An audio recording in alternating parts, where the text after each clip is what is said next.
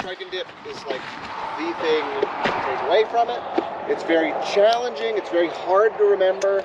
It's a very skill-based kind of thing because you're using an instrument, a tool, to describe the orientation of a layer. Now in structural geology, we are concerned with deformation, okay? And specifically tectonic deformation. Plates are moving around, they're bumping into each other, they're stretching out, they're sliding around, and when sedimentary rocks, which are originally horizontal, bump into each other or pull apart or shear by each other, you change how they're situated in space. If you look at this thing, right, we have the concept of original horizontality. Sediments that are carried by fluids or by wind will be deposited in horizontal layers, right? Stuff settle, if you take a big bucket of sand and water and you shake it up and you let it settle, it should make a flat-lying surface, right? That's how sediments behave. So when you see something like this, that's not horizontal anymore, something tilted the layers, and that's called deformation. Deformation is it's not necessarily a change in shape, though that's included. Deformation is a change in the position, or the orientation, or the shape of an object. So that's been deformed because it's no longer horizontal. Something moved it into a tilted position. Now, when we want to study why that's happened and how that's happened, we need to collect data, and the data we're concerned with is how that's currently oriented. You need to be able to describe the orientation of planar features as a means of reconstructing history. Okay? Because something that's vertical, like a layer that's like this now, is a lot more deformation than one that's very slightly tilted. So we need data. We need quantitative data. And the way we collect data about the orientation of a planar feature is called strike and dip. Okay? So strike and dip refer to the means by which we can describe the orientation of a planar feature. Strike and dip.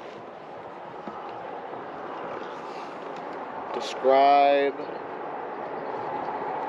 orientation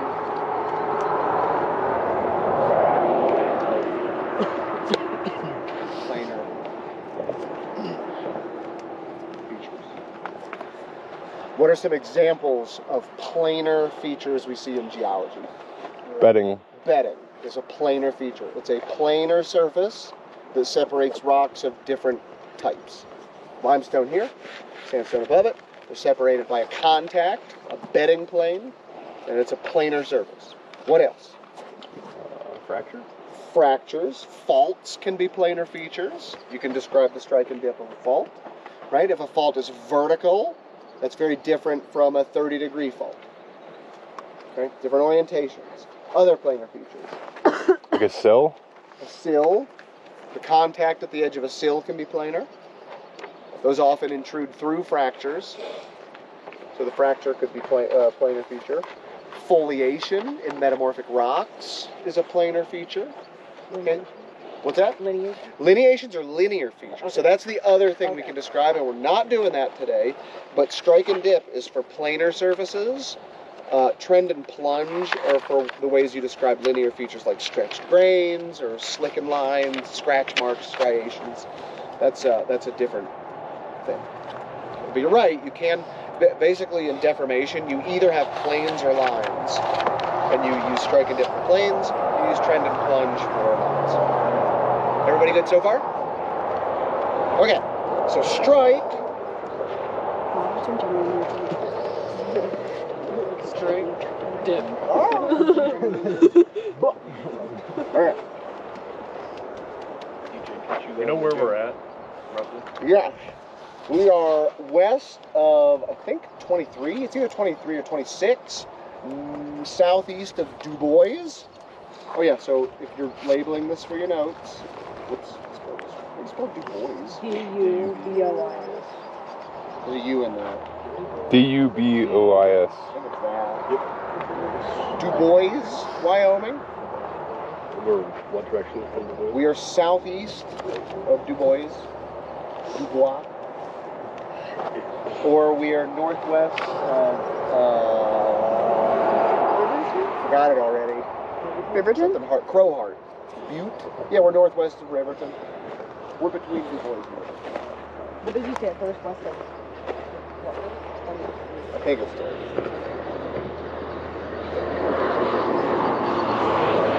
Okay, it's like 11:15. I don't know what the date is. I don't know what the day is. It's the 18th. Isn't the objective just strike and dip? We are collecting Yeah, notes dang it, I remember. about strike and dip. We're going to collect some measurements if we can find a good place to do it. Okay. So, even though we're calling this strike and dip, there's technically three things you have to describe. The first is strike. Strike is the compass direction of a horizontal line on the plane.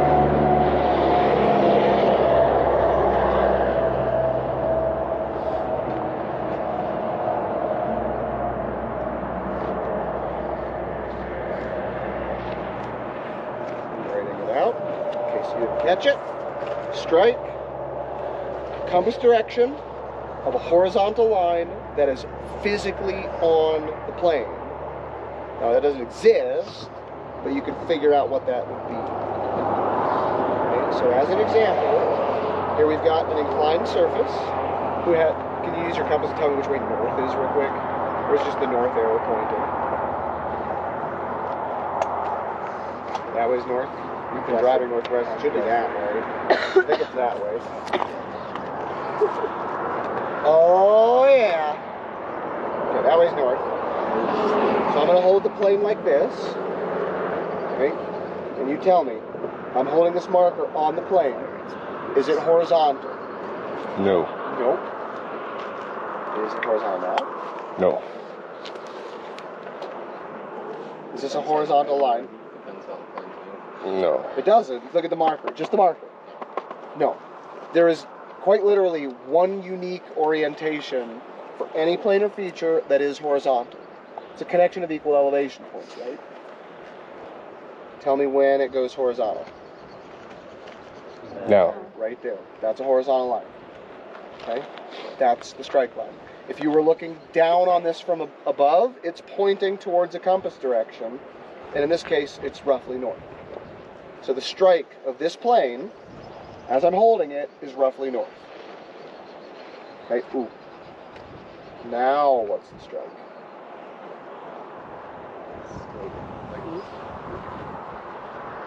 Is this a horizontal line? Is that a horizontal line? Is that horizontal? Is that horizontal? It's still north.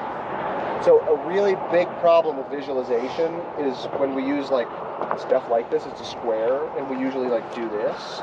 But it doesn't matter, like I can rotate this and it's still pointing the same compass direction. So don't get like confused with the broad shape of the thing. You're just looking for the compass direction of a horizontal line. Okay, another way to think about it, a good visualization tool, is imagine this whole freaking valley is flooding with water. Water will make a horizontal surface no matter what, right? Because it'll, if you like lift a bulb of water, it'll just flatten back out because it's fluid. If water was gradually rising here, it would be going up this, right? So the intersection line between a horizontal surface and the plane is the strike line. And that'll be important in a minute when we use the compass, because we make our compasses horizontal and we move them through space until they hit the plane, and that makes the strike line.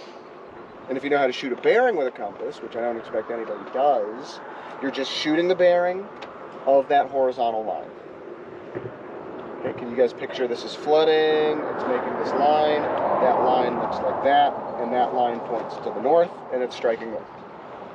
Okay, we're going to address the fact that it's also pointing south in a second. Okay, if you have a horizontal line that's extending infinitely that way, it's also extending infinitely in a direction 180 degrees away. So technically, your strike line could be described by two numbers separated by 180. A strike of 0, 0, 0 is north. That's also 180, which is south. Okay, now bear with me. There's a lot to take in here. I know this is complicated, and I know many of you have never heard of this stuff. Don't worry about it. Okay, let's look at the options for strike. If we're looking in map view, these are our cardinal directions. This is map view. We're looking down now. If I oriented this in space accurately, it would be like that. That way's north, that way's west, that way's east. We're looking down on it in map view. North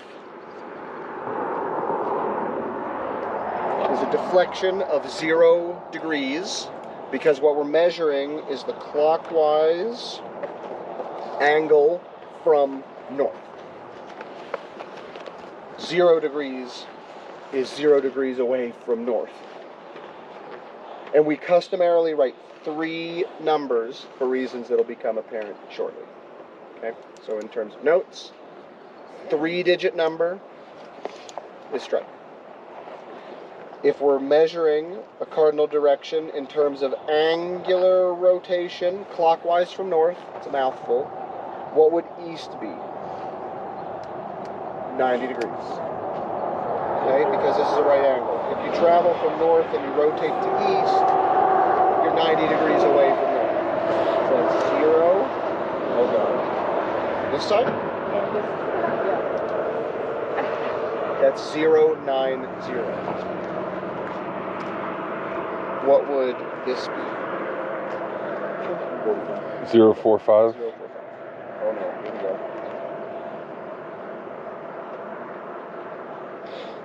Did it. Once I write it, I know if it's right, but like thinking about it's hard. Okay. What's south? 180. Good. 180. What's west? 270. Good. Oh no, that's 5. No. Ah! That's 570. Go around. But does it work the Can't same? do it. Come on, brain. Okay. 270. What do we get when we get back to north? 0. So you don't want to go past 360. 360 is technically the same thing as 0, but you stop at 359 because then 0 is north. Okay, so your strike measurements will always be a number between 000 and 359. Strike ranges from 000 to 359. Okay, remember north is that way. If I measure a horizontal line on my surface that's pointing to north, in your notes, you would write 000. What would a plane like this be? We started at north. I rotated it this way a little bit. That should be 045. By the time we get to here, that's 90, 145, no, that's not right, 135, 180, 225, 270, 315, 0. I don't think I cleared anything up. We'll get practice with the compasses. Right, we need the compasses to explain this stuff. Okay, so that's strike. What questions do you have about what strike is? Can you show us an example of strike improvement right here? That's really hard. So here's the problem. When we're looking at something like this, remember that you're seeing apparent dip. So can we measure the strike of that from here? No. Not really. The more you do this, the better you can estimate in your head. It's really hard. Really, really hard. The strike of that, like if you hold, so structural geologists, if you go to like a conference, you'll often see a bunch of nerds standing around like talking, like doing this. This is what structural geologists do because it's really hard to like mentally picture what that plane's doing. If I'm trying to estimate that, I'm holding my hand up. It looks like it's tipped a little bit away from us like this. And then the strike would be like this. And so it's like southwest or something. Good. But that's so freaking hard.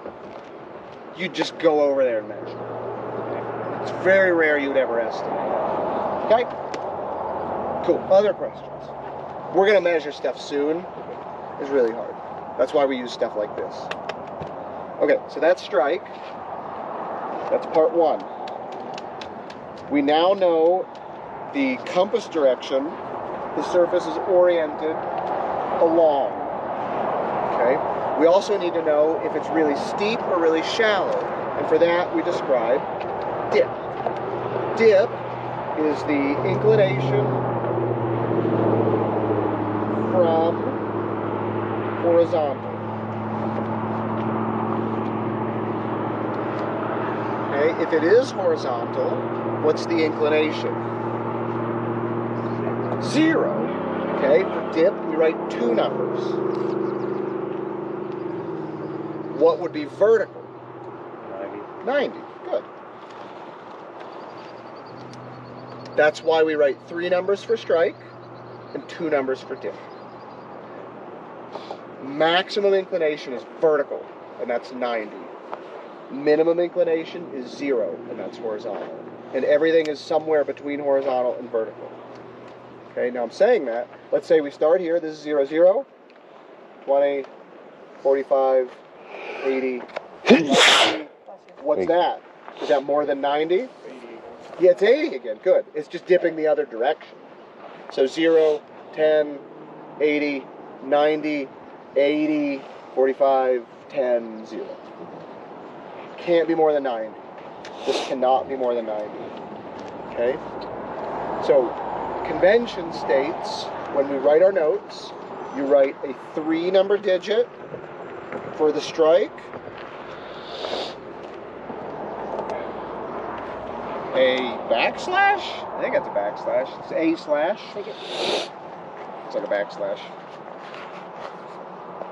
And 2 numbers for dip. There's one more thing we need. We're getting there. But that's what your notes would look like. You would say bedding, for bedding orientation, and we'll talk more about field notes shortly, because I never really did get a chance to address some of those comments. But if you're writing stuff, let's say you're measuring bedding, bedding gets a notation of S0, because that's the first planar fabric to develop in a sedimentary rock. How can you develop metamorphic fabric in like a sedimentary rock if it wasn't already deposited? So the S is like Italian or French or something for schistose, which actually means planar. The 0 means it's the first foliation. And S0 is always reserved for bedding. This symbol quite literally means bedding orientation. S0. So if you're looking for shorthand, instead of writing out the bedding is oriented at, you would say S0. Because it's faster. S0 refers to bedding. You then write the strike, slash, dip. You need one more thing. Direction that is down. Okay? Here's why. Remember north is that way? Strike of this plane is due north, 0, 0, 0. This is dipping like 45 degrees. What's the strike of that? It's still striking to the north. Correct. So if you only write the strike and the dip without this, you're describing 2 possible orientations, which is bad. Because things like fold exist. Oh no.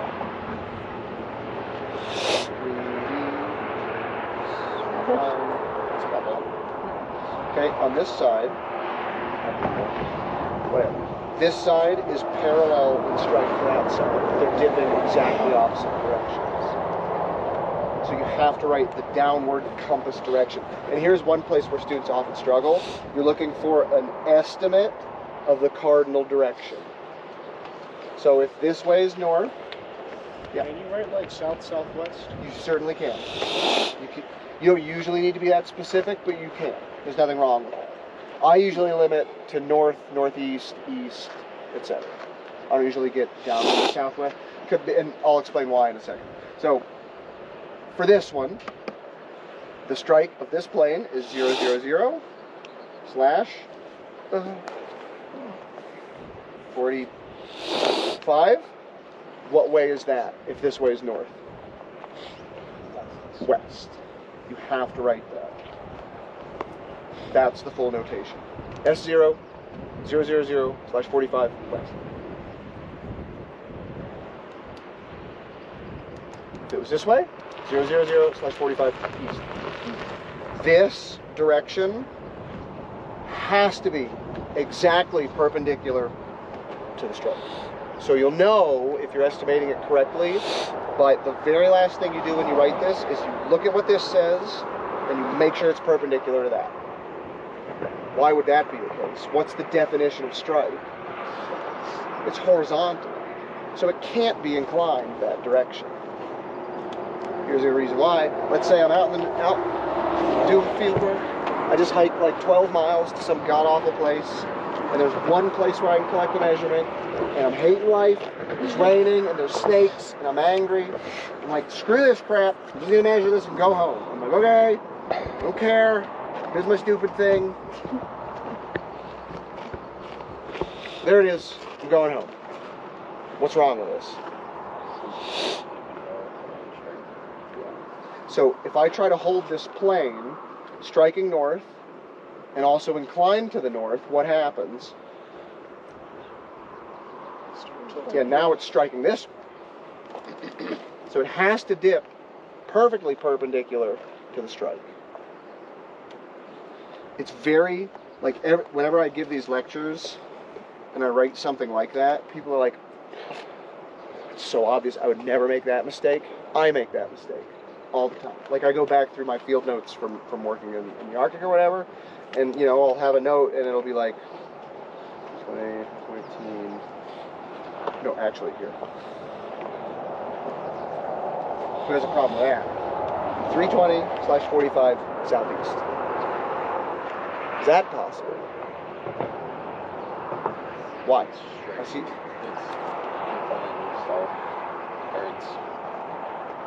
The horizontal surface is to the southwest. Yeah. Oh boy. Okay. Where is 320 on here? About there. Yeah, 320 is like, oh boy. Here. Where's southeast?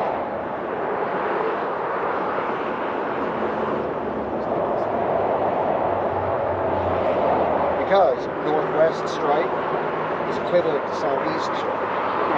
It's really, really easy to make that mistake. And like getting this right is technique based, and we'll just do that when we're starting.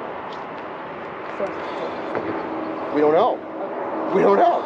And that's the problem, is if I'm in like Russia and I measure this and then I go home, I can't fix that. Because I don't know. It was either this way or that way, but I don't know unless I go back again. And I hiked 12 miles with snakes, and I got zero data.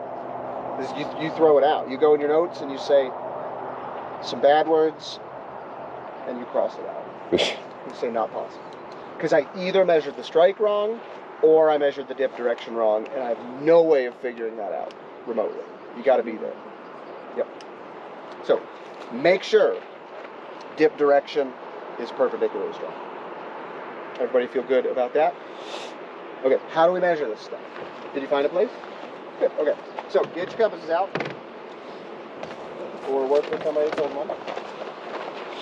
And we'll do Sintos another time. Bruntons are one of several options that can be used for navigating. You can shoot directions to things. You just measure geospatial stuff. You want to work with somebody? This one? Okay. Are they all azimuthal? Yes. They better be. So first off, look at your compass and make sure there's, okay, to open it, find the black thing, and that's where you open it from. It's always from the black thing. It's got numbers. Yeah, there are two different ways of describing strike. We're not doing quadrant, but you can buy a quadrant Brunton. We're just using azimuth. So measuring compass direction from 000 to 359 is called azimuth, or azimuthal numbers. You could also break it into deflections from north to south. That's called quadrant. That's older. That's like a archaic system. It's hard to put in a spreadsheet. Are these already oriented to the west? Or do we have to? It's not oriented. It's just you're just holding it. Oh, okay. The magnetic needle always points to magnetic north. Is magnetic north the same thing as map north? No, it's not. There's true north. How about? Not always. Okay, so Dr. Harris, magnetic north. Okay, so let's have you all get in an arc. Line up back there. In the fire. line up back there. Okay, so Dr. Harris is magnetic north, and I am stay where you are. And I am Santa's house at the spinning North Pole, right? This is north. Okay. What is the angle? Okay, don't answer this. What is the angle between me and Dr. Harris that you see? And I'm talking to Lincoln. I'm pointing at Lincoln. What's that? Yeah. What's the angle? If the entire circle around you is 360 degrees, what's the angle between Dr. Harris and I? Like, yeah, do this. Just estimate. And then that. Just estimate. It's like 180. So you're going across from You Yeah, point, okay, point yeah, your right yeah. hand at me and your left hand at Dr. Frederick. And what's the angle there? 35-ish. 35. 30? Sure. 30. Sure. Okay. Connor. It's about like 3. Yeah. Yeah. Talon. From me? Like in the sand, like draw a line like this, and then draw a line to him, and look at the angle. There you go. What angle is that? It's like 20. Sure. Okay. Okay. Magnetic 20 to true north. This is why it changes. Because Connor is almost perfectly in a line between Dr. Harris and me. So it's a very small number. If Connor moved just 5 feet to his right, Oh, yeah. the we're in line. declination would be 0. 0. Where Lincoln is, it's a large number because he's kind of looking through it. Right. All right? So the declination is the difference between magnetic and true north that you see from where you are. It's different everywhere. The magnetic north is because of Earth's dipole, and it's a chaotic inner core thing, and it changes constantly.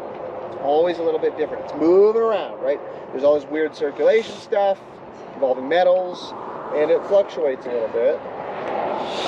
And it's not always aligned. I mean, depending on where you are, it's not necessarily aligned with what would be north on a map. So if you're just like holding a compass and you're walking toward magnetic north, you're walking this way, but you think you're walking this way on a map. So you have to adjust your compass to correct between where the compass magnetic needle is pointing and where you want it to point relative to your map. But if you're in Pennsylvania, Yeah, that's different. that number is different than it is in Yeah. Wyoming. Yeah. It's also, Oh, if here. you're in Pennsylvania in 1954, Yeah. that's different than Pennsylvania in 1976. So much so that the topo maps are corrected. The magnetic north is listed on a topo map down in the metadata at the bottom of the map, but it changes. When the map is republished, they update the declination. Because if you're going to use that map for orienteering, you have to be prepared that your compass is going to send you to a different place.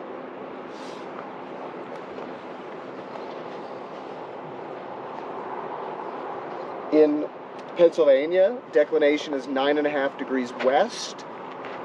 Here, it's 9.5 degrees east. Fortunately, it's pretty easy to remember. And that's an estimate. I didn't look it up. It just usually is. It's close. Okay. That means somewhere halfway between here and Pennsylvania, it's 0, right? Yeah, like Kansas. Yeah, it's 0 declination. You don't have to mess with it. But it changes depending on where you're going. It changes by latitude. There's a lot of stuff that affects it. Okay? What I'm telling you is here, the magnetic declination is 9.5 degrees east. So, everybody look at your compass, and you'll immediately see something a little bit confusing about a Brunton. Do you guys not have one? Oh, yeah, we do. If you look at the dial, you'll see the numbers from 0 to 359. but are they going the way you expect them to go? No. Yeah, they're reversed. Very confusing. West is 90, east is 60.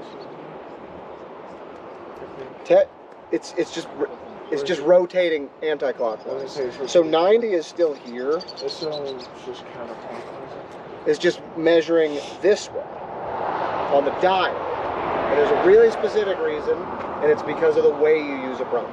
For now, don't worry about it. I can explain it if you want more detail later, and I can just show you. Doesn't really matter. The key is how you use this thing. But before we do that, we have to set the declination. You'll also see that somewhere near north, you see a little pin. It's like a little triangle. It's either brass or white. You see that? No. It's the It's thing. probably near north. The needle. It's the little needle thing. Yours is white. Yeah. You've got a little brass. Yeah, it's a little brass. Yeah. There. Yep. It's a little piece of metal there. That's the little needle. It's a Okay, little and on the metal thing. side of your Brunton, there's a screw, a flathead screw that'll be brass or something. You need to find a tool or a fingernail or something, and this is one problem I have with Bruntons is I don't know why they don't give you something to mess with it. They just assume you're going to be rugged and stick your fingernail in there. Turn that screw. You have a dime or a penny. Or a dime or a That works really penny. good. You need that little triangle to point to 9 east, and east is over here.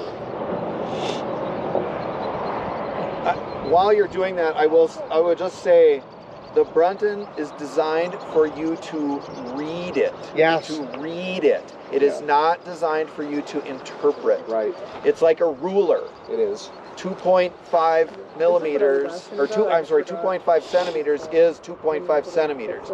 You don't interpret that, Yeah, you that sucker- read it. To 9. You'll be 1 tick mark, or maybe I don't remember if these are in 2 degrees or 1. But you need that little pin to point to 9. The pin will be beside it. Okay, 9 degrees east is the same thing as 009. Go. Yep. That one's, Yep, you got it. That's the right way. So a lot of these are 10 degrees. See that the outer ring is turning. So it looks like it's on Now 9. you're at 354, 355, almost. There you go. Let me see if I can do it with my. Yeah. I can do it. Now, see, I'm at 0. Adjust for the rotation. Do you see what's turning? Yeah. Okay. What do you? How do you know what to go to? No, you want to line up with 9.5 because that's the declination. Good. A little bit more. You guys got it? 9.5. Just get it around 9. I mean, in a practical sense, a deflection of a degree does not matter. You guys. A deflection of 5 degrees does not usually matter. Okay, lock it. There we go. Have you used the Brunton before? So like, you do the right hand roll. So if the thing's dipping, you put your hand on there. This would be like the strike. So then you like place it on the rock. You try to get that bubble, like right in the circle thing. What's in the circle thing? With this sitting, like this edge sitting on the rock face, get it like perfectly in that circle. Try to hold it there. And once in that circle, we read the map direction, or where the compass is pointing to. And then when you do the dip, turn it sideways, and like this should be dip, and you move this thing on the back here. You're To probably get a bug. that bubble to be like perfect from there. Okay, everybody good? Everybody good? Everybody good? You always want the mirror facing you. Okay.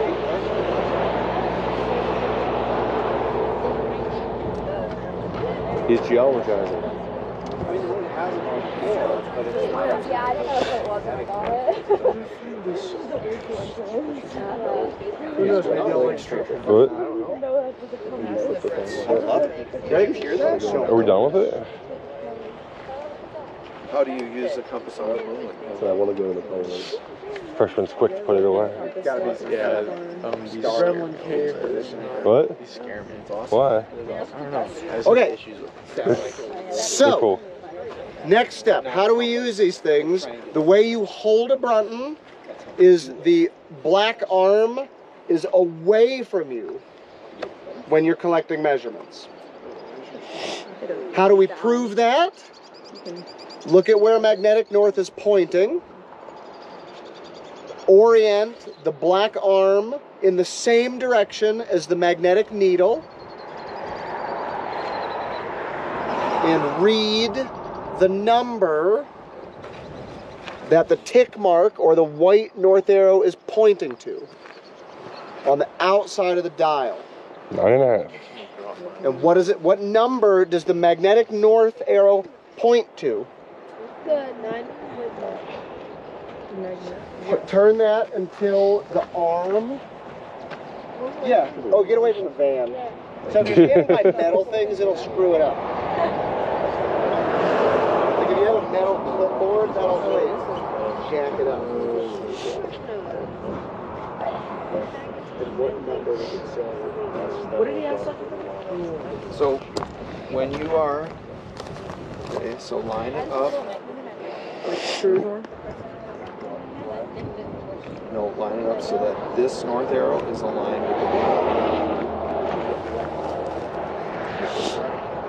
You got, it's a little sticky. What number is it pointing to on the outside of your dial? 9. It should be pointing to 9, Yeah. which is 9 degrees east of where map north is. There you go. That's how you read that. So that's magnetic north. 0 is true. What was the 9.5 called? Delineation? Declination. Declination? Would true function like any like Kansas, like going straight up and down? Understanding just walk along true Yeah, and you would end up at Santa's Okay. house. And then if you That- kept going, So the purpose for doing that yeah, you would end up at is on the other side. that's how you orient your compass. Now hold it so that your mirror is pointing that way, because you'll see a line on your mirror. Turn it around, Right, that's what it is. point it along the magnetic north, and read the number it says now. Turn the whole compass around. Well, I'm showing you how to remember to point that away from you. I was like, what? What number does it say now? 189. 171 or something. Or no, No, it's 180. I don't know. It's either maybe it is 189. It should be 189 because it's plus 189. I'm reading It should say 189. Is that way 189? No. No, which means you're holding your compass backwards. That's how you remember. And that's not arbitrary. It's easy to forget how to hold it because there's lines on both sides. You hold the arm away from you because that's how it lines up with its actual numbered orientation. And that's how you remember that as you point it and figure it out. Okay? It's fine. I explained this to her earlier. No, I'm just distracting. This is fine. Okay. Let's say we have a plane oriented like this. We're not going to directly measure it yet, but hold your compass so the black line is pointing approximately this way, and read the number the magnetic north tick mark is pointing at. And this is why you read a Brunton, you don't interpret it. You just look at what number the magnetic north arrow is pointing at approximately this way. We're being very approximate right now. Say it's about 100. About 100? About 100. 100, 110. Good. Okay, now we haven't actually measured strike because you actually have to put the compass on here to do that. But that's how you read the value. Oh, there's also this white button that you Yeah, can okay, hold so down. if it's wiggling, if you're like nervous, oh, I'm so scared about measuring strike and dip, you hold it steady and you push the little white button, and that Holds it in place. freezes the magnetic needle. So you can actually look at it real close. If your needle is a little sticky, just kind of tap the button. Okay. It'll release it. You'll also see there's a bubble level in there, a circle, a circle bubble level. You can use that to make sure you're horizontal. Okay? So now imagine how what we just did would translate to measuring strike. instead of just estimating what direction that is, you would take the flat edge of the side of the compass and put it on the surface. See how the arm is still pointing along strike? But now we're on the surface. The trickiest part of this whole thing is that when you're measuring, oh, I dented it. When you're measuring the strike, that edge has to be contacting the surface. And again, when I'm holding it like this, it looks like it's obvious, but let's do that. It's not so obvious. Is that horizontal? Is that horizontal? Look at the bubble. Look at the bubble. What if I like do that? It's not touching the It's surface. not touching.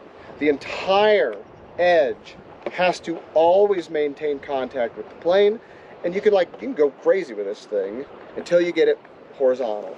At this point, it's horizontal right there. Bottom edge, not it's not this. It's the bottom edge of the meaty part. Yeah, if you want to come over here, why don't you all walk by and look? Yeah. What if you have an uneven surface? Oh, I'll talk about that in a minute. Does it matter? You have to, That's what your clipboard's for. it is true. See how the bubble is level? And the whole edge is touching the whiteboard. Does it matter when you do this which way it's facing, like the black It arm? does. So you can lay it across the ripple. For strike, well, we'll talk about that in a minute. Like this is a pretty flat. Yes, a circle one. Not striking 280. Yeah, close Because enough, when you're I think, but- 280 is on the this surface, way, it could specifically. have sedimentary structures on it. It might be Yeah, the long ones for when you're doing dip. like Might have Okay, we'll do that next. Did you use like your I didn't or know. Yep. 2000? I remember. Cool. Okay, good. the other thing you can do is take like 5 or 6 measurements. Okay, now- average them. Question Andrew just brought up. Does it matter which way I'm holding it?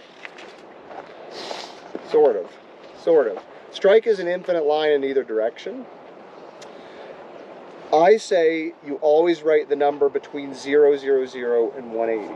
So if you're measuring that and you're getting a number above 180, turn it around.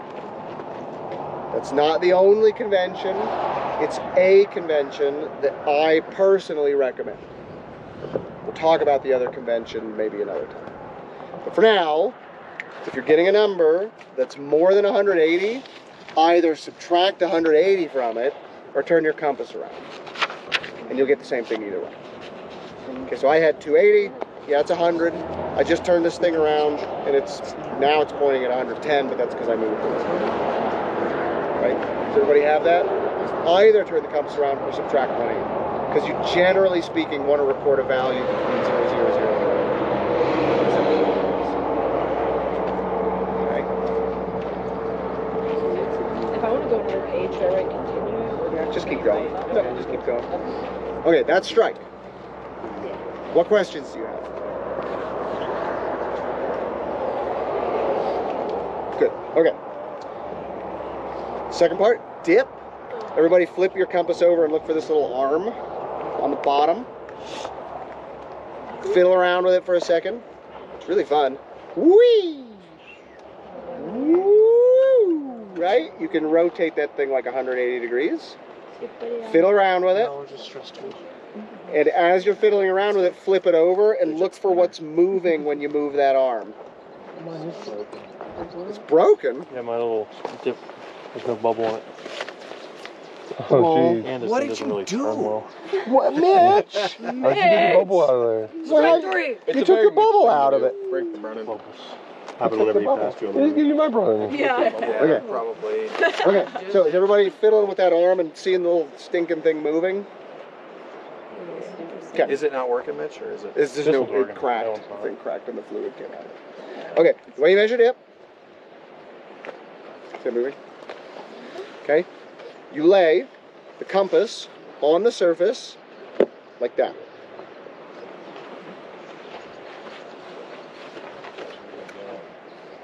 I don't know another way to say it. On the side. And as you look at it, you play with that back arm until the other bubble level, not the circle one, is level. So if everybody just holds it up in space at an angle like this, doesn't matter, just some arbitrary direction. Fiddle with that arm until that moving bubble level becomes level. This is always pointed down there. Yeah. Yeah, the black little thing is generally down dip. Not always. I didn't even think to mention that because that's the way you do it. But you're right. Right between them. Okay, when you get it level, Close enough. look at the opposite arm. There you go. In the center of the opposite arm that is rotating, there's a long line in the middle.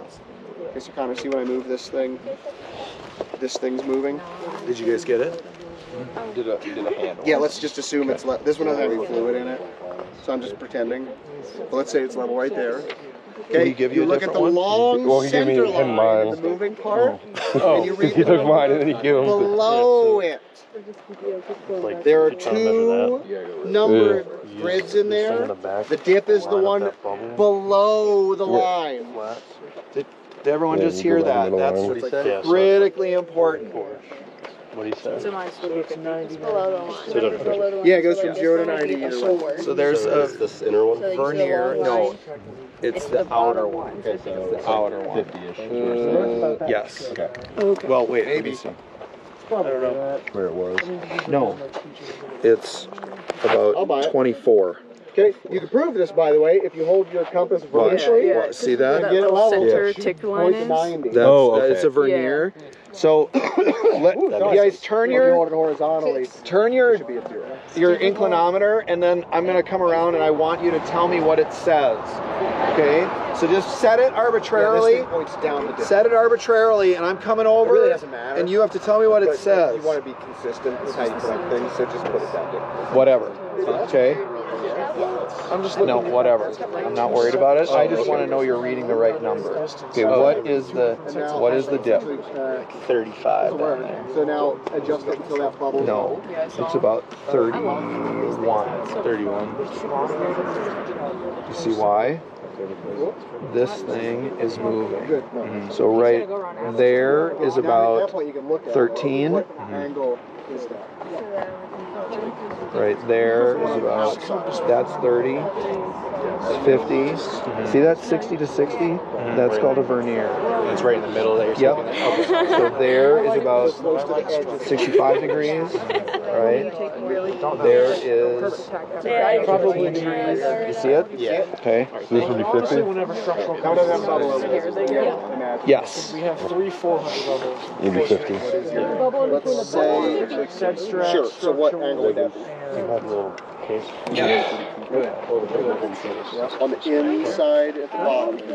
No, I'm just saying over there. Degree works like a 3 400. And then there's also like tectonics, watershed. Okay? Okay, what is it reading?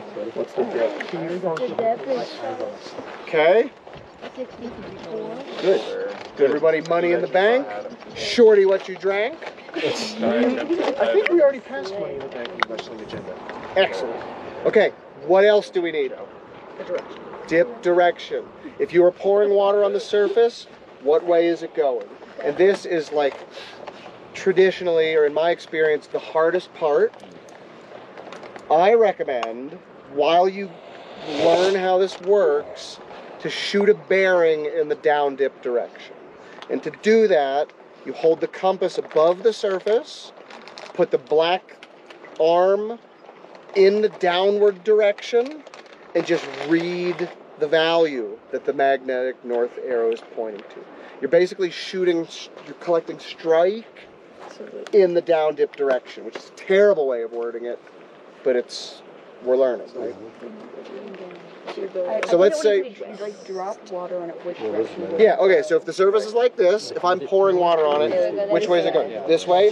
That's that compass direction. Yeah. So use your compass right now and tell me what compass direction is that way.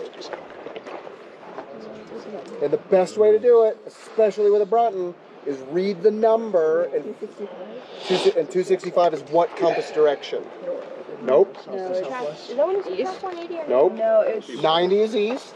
Almost west. goes west. It's just west. It goes west. 265 is almost Oh, 270, right. which is That's west. right. Okay. This is actually exceptionally difficult with a Brunton because everything looks weird, and it's instinct to like try to look. there's so It's many. instinct to look at the big compass directions, and it just screws it. Yeah, mentally. Everything is north. Just read the number, Honestly, the way I learned it or look is between the things. wearing a camelback. You have a marker? Yes. Okay, so if you can put the Brunton on there for strike. Okay, so this is how I learned it. There's my strike line. I mark it with a pencil actually on the rock. Okay, hold it on there tight. Good. All right, so I'm on the rock. I actually take my pencil. There, dip. Put it on there. Oh, put it on there at 90 degrees. Right.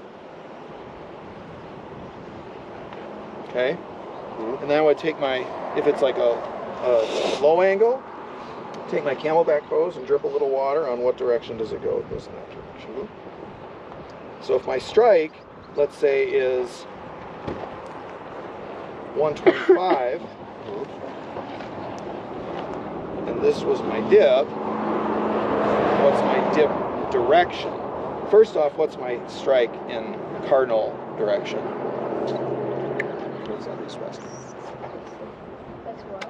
Southeast. Southwest. Southeast. Southeast. It's between 90 and 180. Oh yeah. Right. So there's my strike. It's striking northwest southeast, but the strike number is 125. What's the dip? If it's striking southeast, what's the dip? No, it's they're not parallel. They're not. South. What are your options? Look at. Yeah, you only have two options. Here's what I do to answer these questions or to teach students. Just draw this and label it.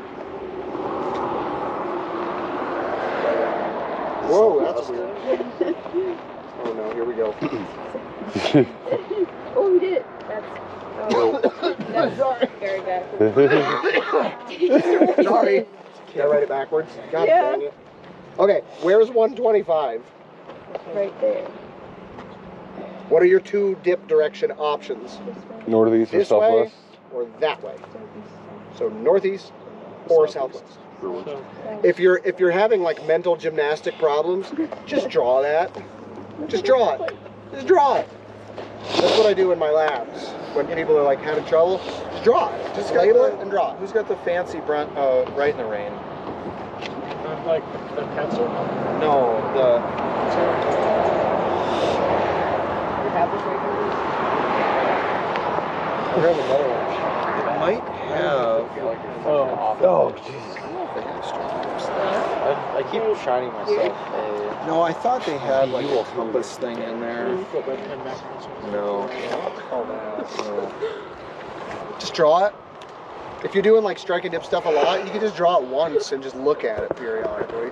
And honestly, Just hold your hand on it. do this for a week, Yeah. and Then it'll be becomes second intuitive. nature. Yeah. But that point that Dr. Harris just made is you only have two choices. Right. Once you have the strike, you only have two choices. Yeah. And that's why, so the place where people get really confused is which one it is. And just like shoot the bearing and get the general direction. Okay. So let's practice that. Let's say the downhill direction is that way. Tell me what the dip direction is for that way. Not the dip amount, Mitch. Dip direction. Get your compass. Get your compasses out. This is what I'm saying. Like, don't estimate. You're not ready to just like say that's a direction. You're not. Nobody's there yet. That takes experience. Shoot a bearing. Hold your compass with the arm that way, and read what the magnetic north is pointing at. What direction is the water flowing off of my whiteboard? Southwest. Southwest. Flowing that way. Southwest. So point your compass in that direction. Yeah, which is what cardinal direction? Yeah, like 220. Cardinal direction is the letters. Southwest. 40. Yeah. Now you don't need to read the number. You can look at the symbols because that's north, that's south, that's east, and that's west. To whatever was in here, which is between west and south. So it's southwest. Which is a great example of read the compass, Yeah. don't interpret the compass. Because notice that east is on the wrong side, kind of. Yeah. Now the more you do it, the more you just get spatial awareness, and it's like that way's north, that means that way's southwest. But no, you're not there yet. So you have to point your compass generically that way, Does it matter if I'm that way or that way? No, not really, because it's all of this in this big cone is southwest, and that's generally that way. What is this dip direction? Get your compass. It's like 120, which would be Well, this thing is jacked up. Okay. What did you say cardinal direction was then? Like just North, north, south, east, west? Okay. And what's really important, like, don't get hung up. Should I call it east? Should I call it south, southeast? It's just not north, Yeah. right? There's two options, and as long as you don't write north, you can figure it out. Okay. Not north, and not west. That's what's really important. Just don't write the exact same thing as strike. So this is north. That's your strike. Someone estimate about what that angle is. The line's your straight. The line is my strike. 45 degrees. It's like 30 and then 210. So this is actually a really good. So you said 30. You said 45. Probably not 45 because this is 90. Right? Yeah. So, and my circle's not perfect. It's maybe like 30, 35, somewhere in there. Okay, so that's my strike. All right, what are my two options for Southeast, northwest. southeast or northwest? You could have also said east or west. It doesn't matter. Yeah. It's that side or that this side. side. It's Get it? perpendicular. It's always perpendicular. all- Dip Always direction is always 90 exactly degrees. perpendicular. It's not even close. It is exactly perpendicular. Which Because is that is another. the maximum. Dip is technically the maximum inclination possible for a plane. Because there's lots of inclinations on a plane. And if I'm holding this thing, this is an inclination. But it's not the maximum. Get on a rock. Okay. And the maximum is always perpendicular to the horizontal. Did you explain the dip of that one or we can't? We don't know. It's No, I hypothetical. just said it's either that way or that's the that. strike. Which way is the dip? Okay. Pop quiz. Either east or west. You could have said southeast or northwest. It doesn't matter because it's always only that side or this side. A beetle? Is it a monster? Is it something? What's wrong with that? Oh, that one. Yeah, you've only got 2 digits for strike, 3 for dip, and it's also when it's facing north. Could be north with that strike. But here's the problem, it's confusing because it's written funky, so we don't really know what we're talking about, okay?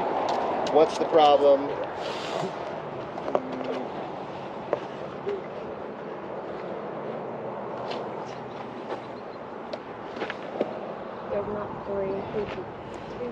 Not a. Strike doesn't have three. Let's just say you're missing the 0. Well, is it before it or is it after it? We don't know. Is this strike or is that dip? Oh. Supposed to be strike. Yeah, but we don't know. And that's bad data.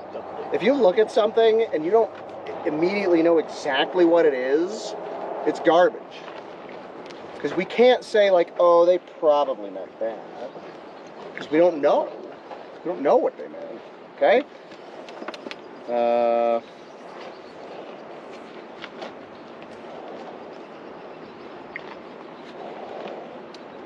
The dip is higher than 90. Good. Can't have a dip more than that.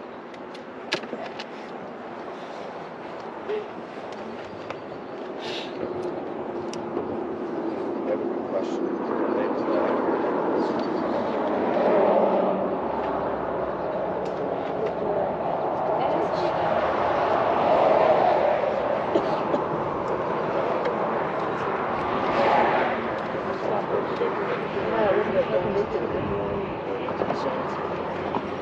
Wait a minute.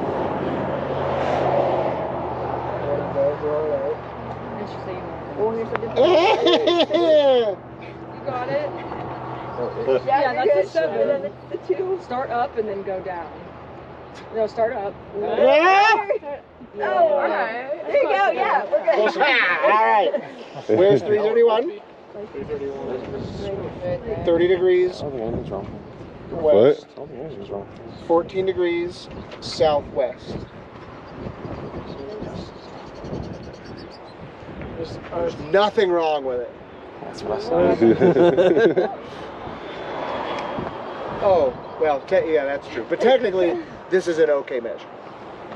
But that's kind of illustrating the reason why I haven't drawn this stuff. Because it's really hard to visualize. So it helps. Yeah, now technically it would be better to have written 31 or The only thing he violated is convention, 0 to 180. But it's not wrong. Yeah, it's not wrong. That direction instead, instead of 351, you did the one that was left.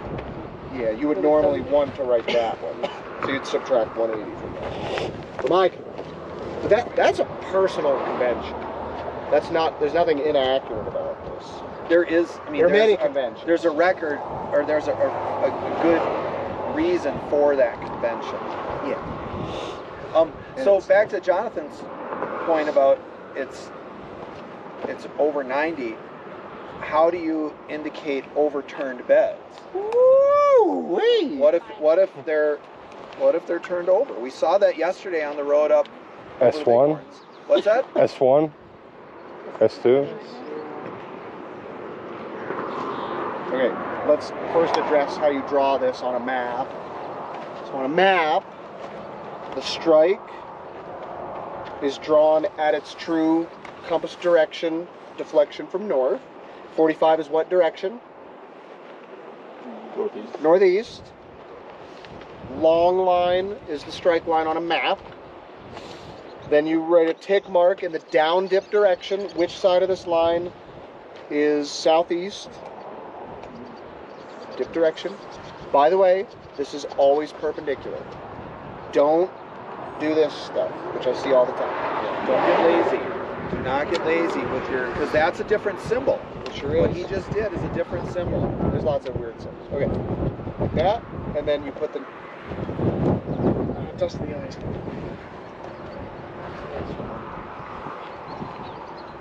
Dip them out. Strike, dip direction, dip them out.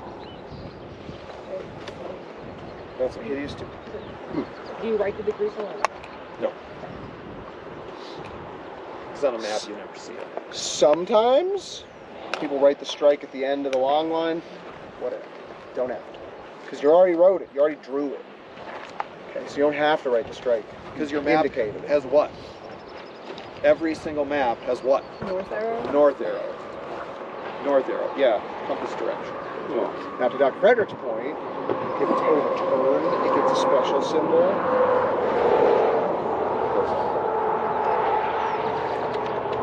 But this is why your notebook is more than just writing down numbers. Yeah. You have to clearly indicate what exactly you're doing. To Jacob's question, what if it's on an uneven surface? You would write that. You say, you give maybe some confidence estimates. It was a rippled surface, or there's pitting, or it's an undulatory surface. I used my notebook to create an average. Things like that. Okay, you said that kind of in passing, but let's say you have a wavy surface. You can average the surface by putting your book on it, and now you have a plane. Then you measure the orientation of your book. Or your clipboard. Clipboards aren't the best because they usually have metal in them, and that'll fiddle with your magnetic. In some ways they're better because they're bigger, so they allow you to average more of the surface. You can measure, let's say in this case, can we measure that upper layer if we only have a planar surface on the bottom? How? By doing the bottom. How do you get your compass against the bottom? You wouldn't be able to read it. You hold the button. Let me see your compass. Here's the underside of a surface. If you put your compass there, you'd be like, excuse me, how do you read that? How can you extend that surface? Go the other direction.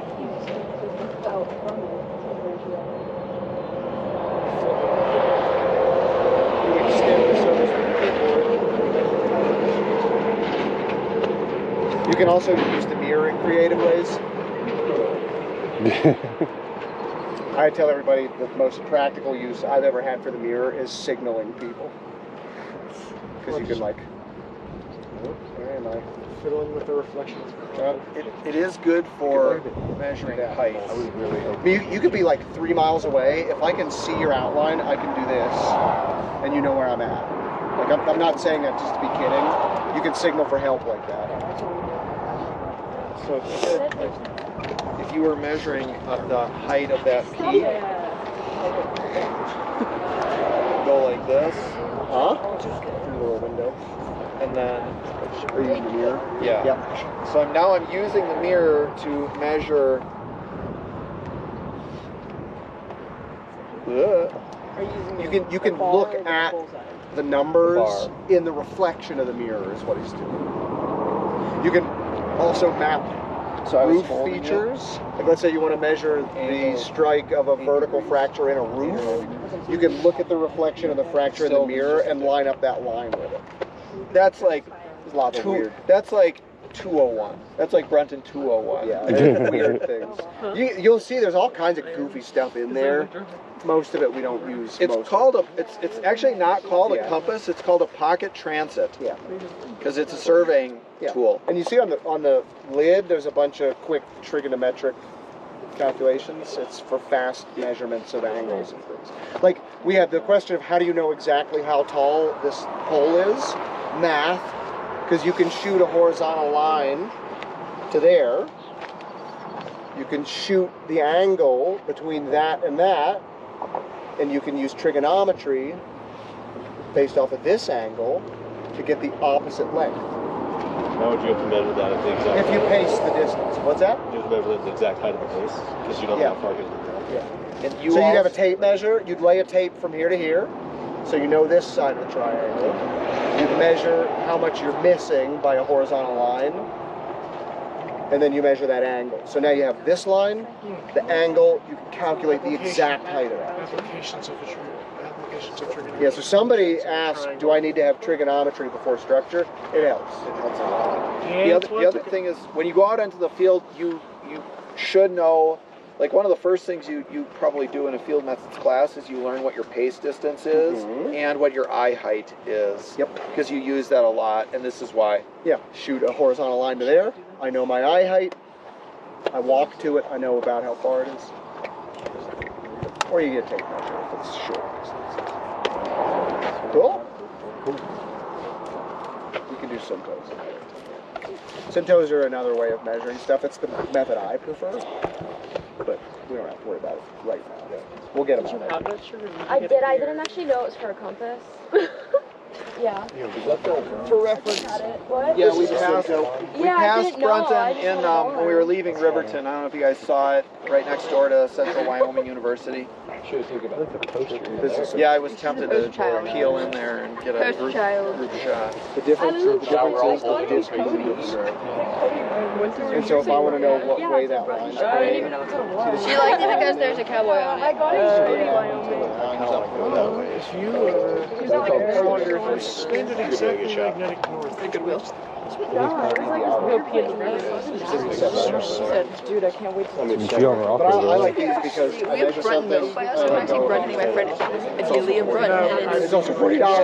So if I sit on it, break it, like, whoops, don't care. Just the point much.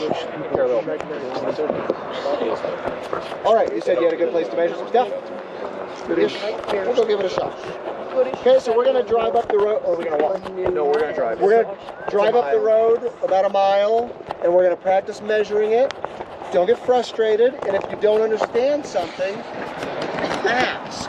Don't sit there and stare at it and be upset. Get help.